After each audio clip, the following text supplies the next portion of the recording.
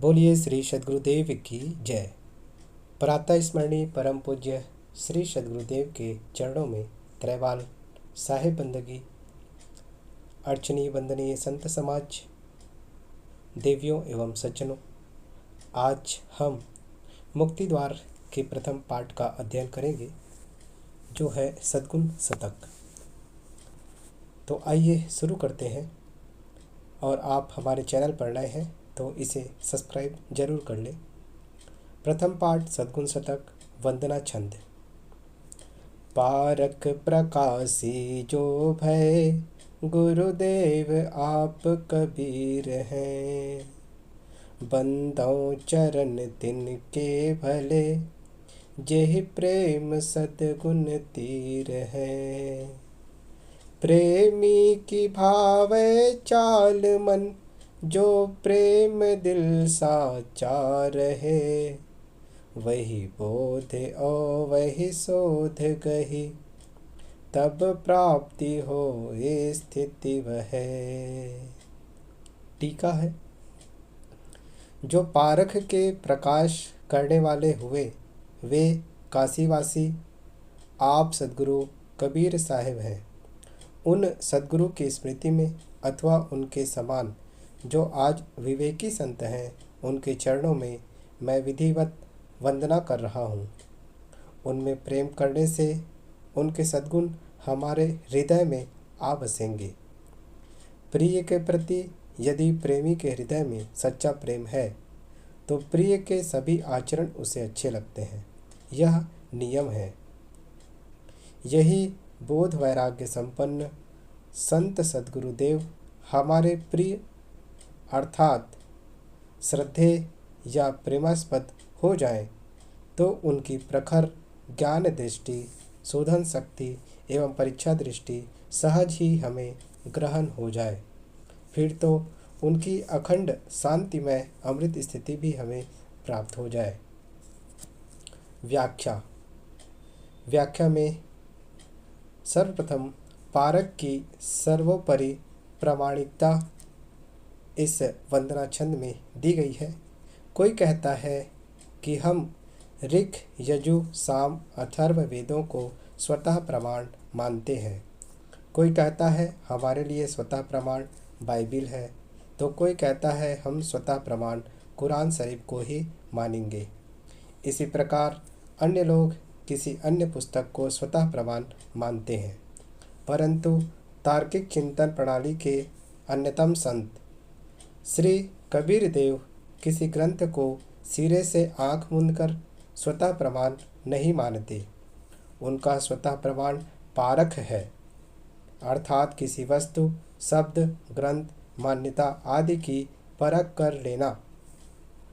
उनके गुण दोषों, विधि निषेधों, सार असारों पर परख की, परीक्षा की एवं ज्ञान की कसौटी लगा लेना। असार हो तो छोड़ देना और सार हो तो मान लेना। उपयुक्त पारख, परीक्षा या ज्ञान को प्रमाण मानकर अर्थात निरख परख की कसौटी या मानदंड बनाकर चलने वाले संत कबीर को वेद, कुरान, बाइबिल अर्थात इस या उस शास्त्र तथा पंथ के प्रति न ममता है, न घृणा और न आस्तिक नास्तिक कहने की आवश्यकता। ज्ञान की कसौटी पर खरे उतरने पर जैसे उन्हें वेदों की बातें माननी है, वैसे कुरान, बाइबिल या अन्य तमाम ग्रंथों की भी। और इतना ही नहीं, यदि ज्ञान की कसौटी पर खरा उतर जाए तो दीवार पर लिखी बातें या पागल के मुख से निकली बातें भी वेद, कुरान, बाइबिल की सत्य बातों के समान ही आदरणीय है। और यदि पारख की ज्ञान की कसौटी पर खरी ना उतरे तो वेद, गीता, बाइबिल तथा कुरान की बातें तथा आचार संपन्न संत की बातें भी निर्मम होकर त्याग देना चाहिए।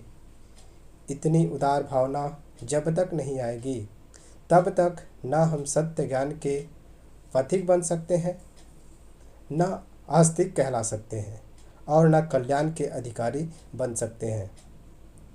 अतएव सद्गुरु कबीर की दृष्टि में स्वतः प्रमाण कोई पुस्तक या परंपरा नहीं, अपितु स्वतः प्रमाण सत्य असत्य की परख है, ज्ञान है। इसमें सभी विरोधों का अंत है। इसमें भारतीय अभारतीय संसार के समस्त शास्त्रों मत मतांतरों का समान आदर है। इस सिद्धांत से हिंदू, मुसलमान, ईसाई, यहूदी, बौद्ध, जैन कोई नास्तिक, काफिर या अपवित्र इसलिए नहीं है कि वह अमुक विचार या पुस्तक को नहीं मानता, अपितु वह नास्तिक, काफिर, अपवित्र इसलिए कहला सकता है कि वह ज्ञान की बातें, निर्णय की बातें नहीं मानता। सद्गुरु कबीर भूल के निवारण के लिए पारख अर्थात यथार्थ ज्ञान की औसत बता रहे हैं।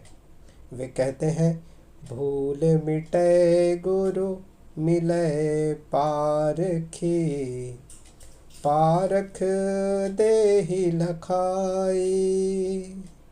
कहीं कबीर भूल की औषध, पारख सबकी भाई। यह बीजक शब्द 115 की साखी है। अर्थात अज्ञान मिटेगा अवश्य, परंतु जब पारखी गुरु मिल जाएंगे और वे तुम्हें पारख लखा देंगे, अर्थात गुण दोष सार असार परखने की दृष्टि दे देंगे। सद्गुरु कबीर कहते हैं कि सबकी भूलों की निवृत्ति के लिए एकमात्र पारख ही औषध है।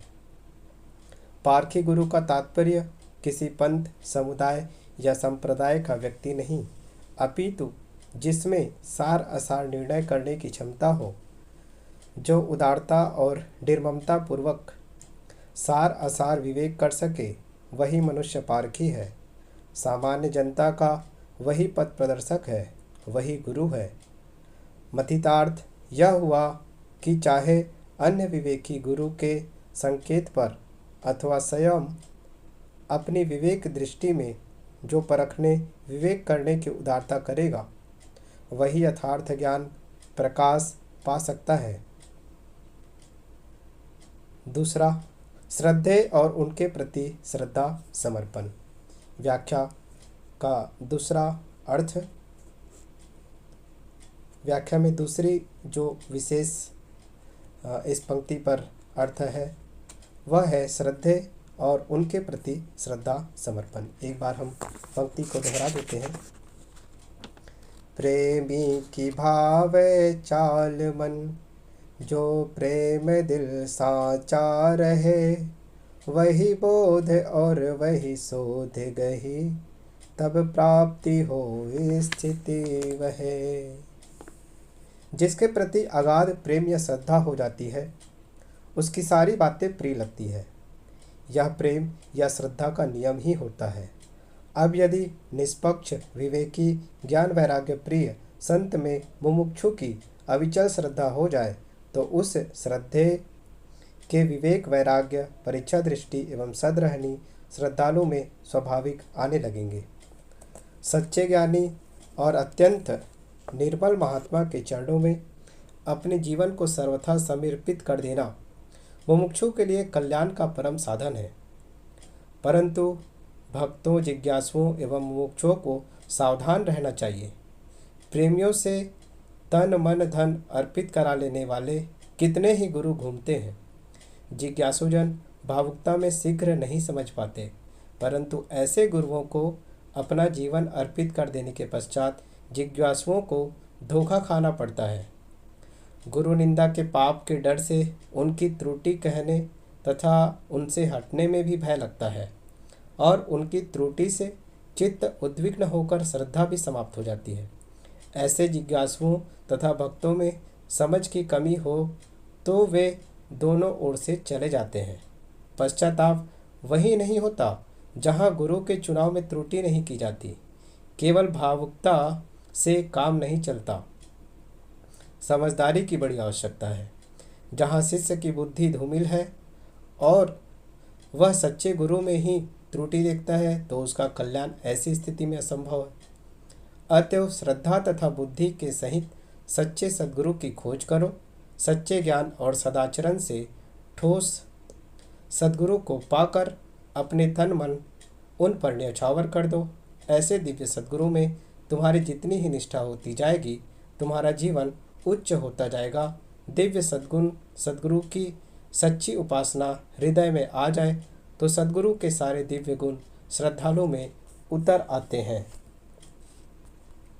अगला पद है, आप ही ने नासी ब्रह्मार्ग चलाया, ज्ञान का बीजक बनाया ग्रंथ जो सोई भया परमान का।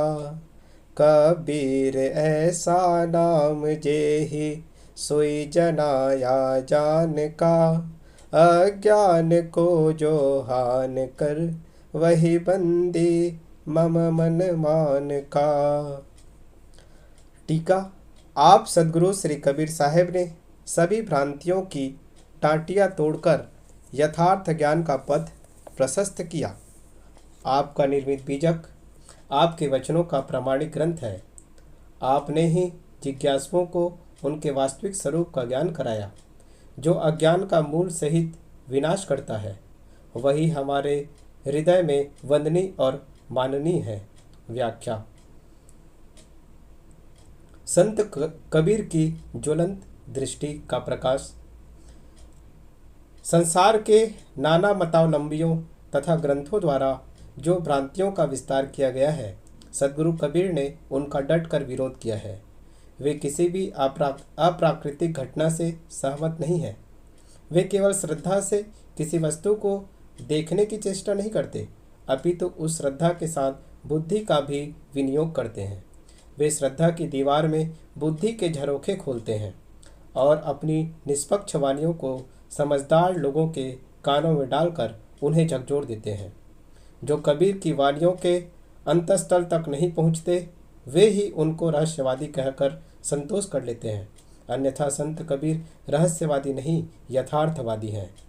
उन जैसा यथार्थवादी संसार में संभवतः कोई हो। जो अपना घर जला सकता है, वही उसका हित सोच सकता है। कबीर खड़ा बाजार में लिए लुकाठा हाथ, जो घर जा रे अपना चले हमारे साथ। संत कबीर ज्ञान का लुआठा लेकर अपने अहंता ममता रूपी घर को जला दिए थे। वे जला दिए थे और अपना वही ज्ञान का लुआठा लेकर संसार बाजार में खड़े थे। जो व्यक्ति उनके ज्ञानाग्नि द्वारा अपने अहंकार का भवन जला सके, वही उनका साथी हो सकता था। कितना कठोर नियम था उनका। इसलिए उनके खरे विचारों को अपनाने के लिए मनुष्य को बड़ा निर्मम तथा दृढ़ बनना पड़ता है। दर्जनों झूठे देवी देवताओं, भूत प्रेतों, टोना टोटकों तथा ना जाने कैसी कैसी उलझुल मान्यताओं को छोड़ना पड़ता है। आपकी मौलिक रचना बीजक ज्ञान कोश है। उसमें न वेद का पक्ष है, न कुरान, न बाइबिल का, और न तो हिंदू, मुसलमान, ईसाई, यहूदी तथा जैन बौद्ध का। उसमें आपने विश्व के गणमान्य दर्शनों का निष्पक्ष एवं समीक्षात्मक अध्ययन किया है। आपने बौद्धिक दास्ता की जंजीर को तोड़कर मानव बुद्धि को सोचने समझने का मुक्त अवसर दिया है। आपने जीव के वास्तविक स्वरूप का बोध कराया है। आपने कहा, जिसको तुम खोजते हो वह तुम स्वयं हो। परम तत्व को बाहर खोजना एक मृग तृष्णा है, भ्रम है और अंधविश्वास है। सद्गुरु कबीर साहेब अंधविश्वासों, हानिकारी रूढ़ियों, अज्ञानों तथा भूलों के विनाशक एक प्रचंड मार्तंड थे। संत विशाल देव कहते हैं, अज्ञान को जो हान कर वही बंदी मम मन मान का। जो सारे अज्ञान के विनाश करने वाले हैं, उन सद्गुरु कबीर को ही हमारा मन वंदनीय व माननीय मानता है। सद्गुरु कबीर के निष्पक्ष तार्किक तथा सत्य ज्ञान पर संत विशाल देव रिझ कर कहते हैं कि हमारा मन ऐसे ही निष्पक्ष ज्ञान तथा आचरण में ठोस पुरुष को अपना इष्ट एवं वंदनीय मानता है। अगला साखी। बंदी चरण गुरु पद शरण, जैसा मैं हूँ आप तैसे होए रहस्य में, बुद्धि हमें तजे ताप। मैं सद्गुरु के चरणों की वंदना करके उनके शरणाधीन हो रहा हूँ। हे गुरुदेव, मुझे ऐसी बुद्धि दीजिए कि मैं जैसा स्वयं हूँ उसी प्रकार आचरण धारण कर सारे संतापों से मुक्त हो जाऊं। व्याख्या: हर क्षेत्र में पथ प्रदर्शक की आवश्यकता पड़ती है, फिर परमार्थ क्षेत्र में तो उसकी महत्तम आवश्यकता है। इस संसार में सद्गुरु से बढ़कर तो क्या, सद्गुरु के समान भी कोई उपास्य नहीं हो सकता। कल्याणार्थी मनुष्य के लिए बोध वैराग्य प्रिय सद्गुरु ही परम उपास्य देव हैं। अतएव यहाँ सद्गुरु श्री विशाल देव अपने गुरुदेव के प्रति अपना शिष्यत्व भाव प्रकट करते हुए कहते हैं कि मैं आपके चरणों की वंदना करता हूँ और सर्वतोभात्या आपकी अधीनता स्वीकार करता हूँ। बोध वैराग्य की सर्वांग रहनी से संयुक्त सद्गुरु के चरणों में अपने को सर्वथा समर्पित कर देने पर मुमुक्षु साधक निर्भय हो जाता है। सच्चा मुमुक्षु वही है जो योग्य सद्गुरु को पाकर उनके चरणों में अपने आप को डाल दे। वेद कहता है, आचार्य उपनयमानो ब्रह्मचारिणम कृणुते गर्भमन्तः। अथर्ववेद 11:7-3। अर्थात आचार्य ने ज्ञान नेत्र देने के लिए निमित्त ब्रह्मचारी को अपने गर्भ में ले लिया। जैसे गर्भस्थ शिशु अलग से नहीं खाता पीता, वह माता पिता के खाए पिए भोजन जल आदि से ही पलता है, वैसे जो शिष्य गुरु के गर्भ में अर्थात उनके पूर्ण अधिकार में शरणाधीनता में हो जाता है, वह उन गुरुदेव के बोध वैराग्य रहनी संगत प्रवचन सत्संग तथा सेवा से स्वाभाविक आध्यात्मिक विकास करता जाता है। सद्गुरु शिष्य को उपनयन दूसरा नेत्र विवेक विचार के नेत्र देने के लिए उसे अपने गर्भ में शरण में ले लेते हैं। यह सद्गुरु का शिष्य पर महान उपकार है। बोध वैराग्य तथा उत्तम रहने संयुक्त सद्गुरु का मिल जाना शिष्य का महान सौभाग्य है। ऐसे सद्गुरु को पाकर उनके सामने शिष्य को शिशु बन जाना चाहिए।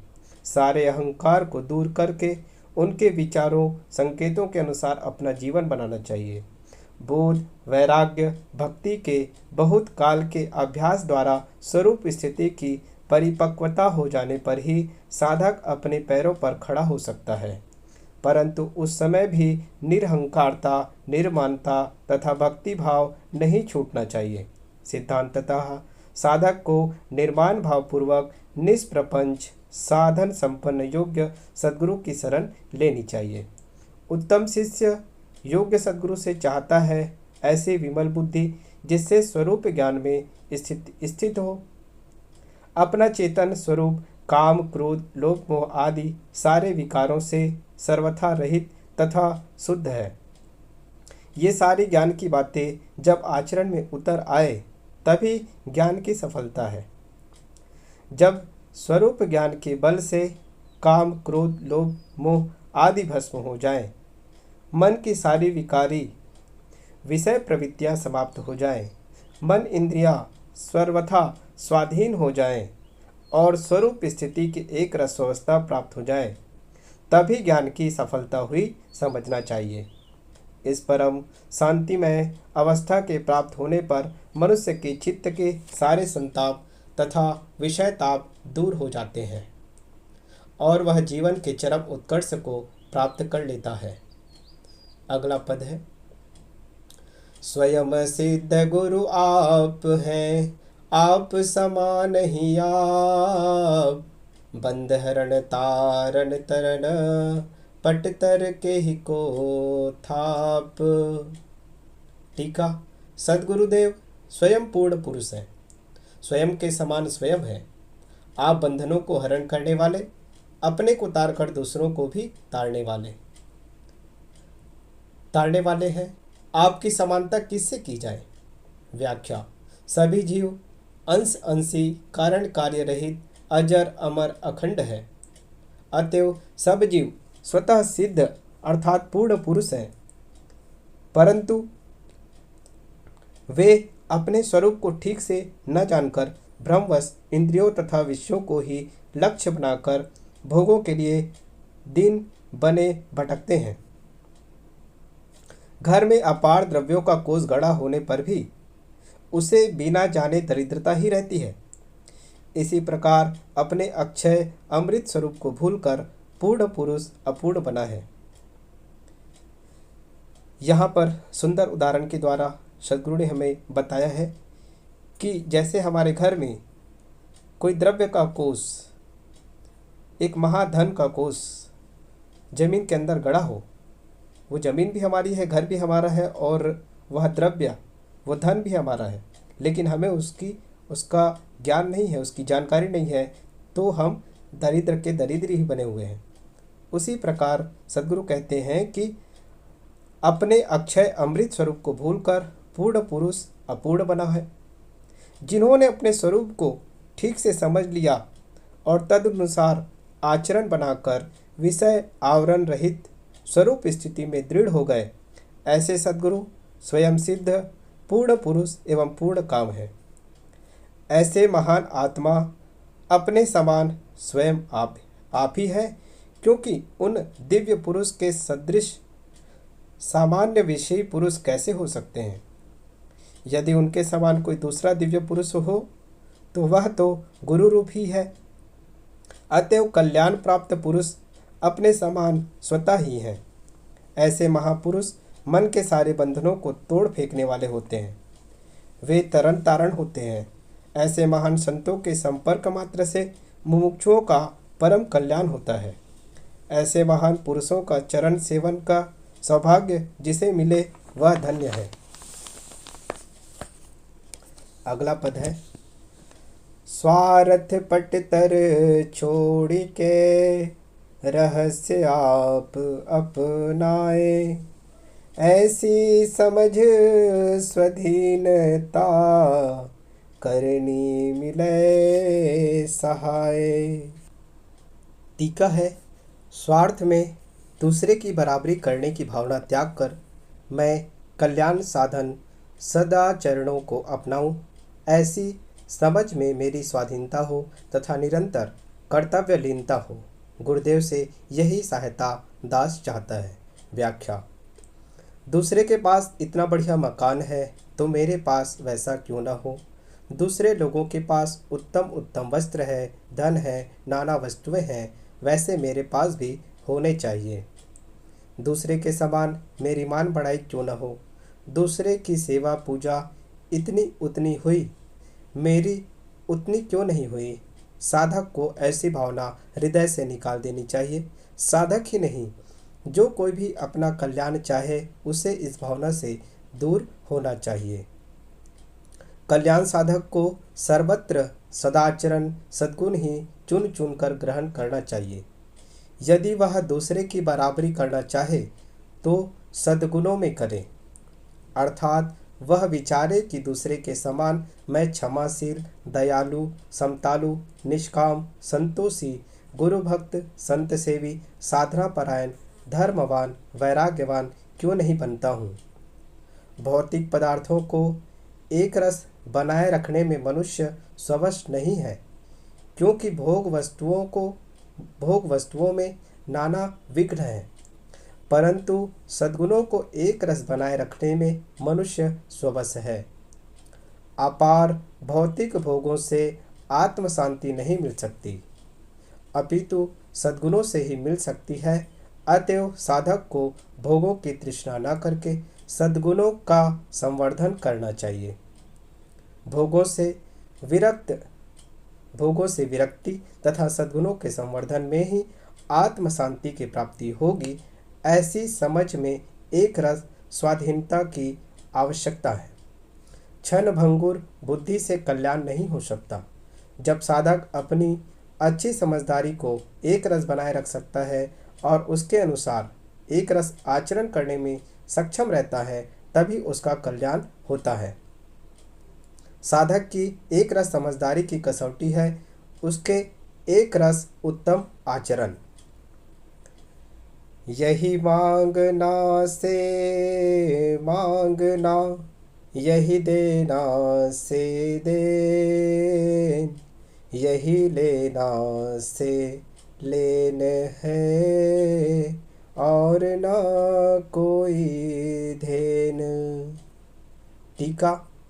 हे सद्गुरुदेव, स्वरूप ज्ञान की ही याचना करता हूँ, अन्य कुछ याचना नहीं है। आपको भी इसी देने से देना है और कुछ देने का कष्ट ना करना पड़ेगा। दास को यही लेने से लेना है, अर्थात दास केवल स्वरूप ज्ञान तथा स्वरूप स्थिति चाहता है, इसके अतिरिक्त अन्य कोई लक्ष्य नहीं है। व्याख्या। शिष्य के हृदय में किसी प्रकार की स्वार्थ कामना नहीं होना चाहिए। वह सद्गुरु से भौतिक वस्तुओं को न चाहे, केवल कल्याण के लिए सद्गुरु की शरण ले। सद्गुरु निष्काम हो तथा शिष्य कल्याण के अतिरिक्त भौतिक कामनाओं से रहित हो, फिर क्या? यही गुरु और शिष्य के सच्चे स्वरूप है। गुरुदाता शिष्य पात्र हो, तब ही फल अधिकार। साचा सच्चे देश में, पाप ताप सब छार। टीका। सद्गुरु सतरहणी संपन्न बोधदाता हो और शिष्य सांसारिक कामनाओं से रहित केवल बोध प्राप्ति का इच्छुक हो, तभी शिष्य को बोध प्राप्ति का फल स्वरूप स्थिति मिलती है। जिस प्रकार अपना चेतन स्वरूप सत्य है, उसी प्रकार जब अंतःकरण सत्यता से पूर्ण हो, तभी हृदय के पाप तथा उससे उत्पन्न ताप सर्वथा नष्ट हो जाते हैं। व्याख्या। भक्ति, बोध, वैराग्य की निरंतर साधना द्वारा बहुत काल अभ्यास करने पर जिनकी स्वरूप स्थिति दृढ़ हो जाती है, वे निष्काम परम विवेकी पुरुष ही सद्गुरु स्वरूप हैं। वे ही दूसरे साधक के सद्गुरु बनने योग्य हैं। जिनके जीवन में न भक्ति है, न वैराग्य तथा न साधना की शक्ति, केवल वेश पहनकर साधकों के तारक सद्गुरु बनने चलते हैं, तो वे स्वयं भी डूबते हैं और दूसरे शिष्यों को भी डुबाते हैं। इसीलिए महापुरुषों और शास्त्रों ने गुरु बनने से रोका है। अतएव जो स्वयं अपने मन इंद्रियों पर सुवश हो, वही दूसरे साधक का सद्गुरु तथा पथ प्रदर्शक बनने का अधिकारी है। ऐसे योग्य सद्गुरु को पाकर साधक को चाहिए कि वह अपने आप को उनके चरणों में सर्वथा डाल दे। सद्गुरु के बोध विचार के विपरीत शिष्य के हृदय की किंचित भी अहंकार कामना उसे गिरा देगी। इसलिए साधक मन वाणी कर्म से वैराग्यवान सद्गुरु की अधीनता ले और अपने मन में संसार की भौतिक वस्तुएं तथा मान बढ़ाई की कामना न रखे। साधक को अपने हृदय को सच्चा बनाकर रखना चाहिए। सच्चे हृदय का श्रद्धालु साधक सच्चे निष्काम सद्गुरु को पाकर और उनके आदेशानुसार अपना जीवन बनाकर तत्काल उन्नति कर लेता है और परम पद का अधिकारी हो जाता है। तो आज हमने सद्गुण शतक का वंदना छंद से शुरुआत किया और 5 पद हमने लिया, जिसकी टीका और व्याख्या का हमने अध्ययन किया, जिसमें मूल रूप से सद्गुरु कैसा होना चाहिए और हमारा किस तरीके से आचरण और भाव होना चाहिए। साथ ही साथ पारक को सद्गुरु ने ऊंचा बताया है, इसका हमने अध्ययन किया और हम अध्ययन कर रहे हैं मुक्ति द्वार, जिसका हम अभी प्रथम पाठ में हैं।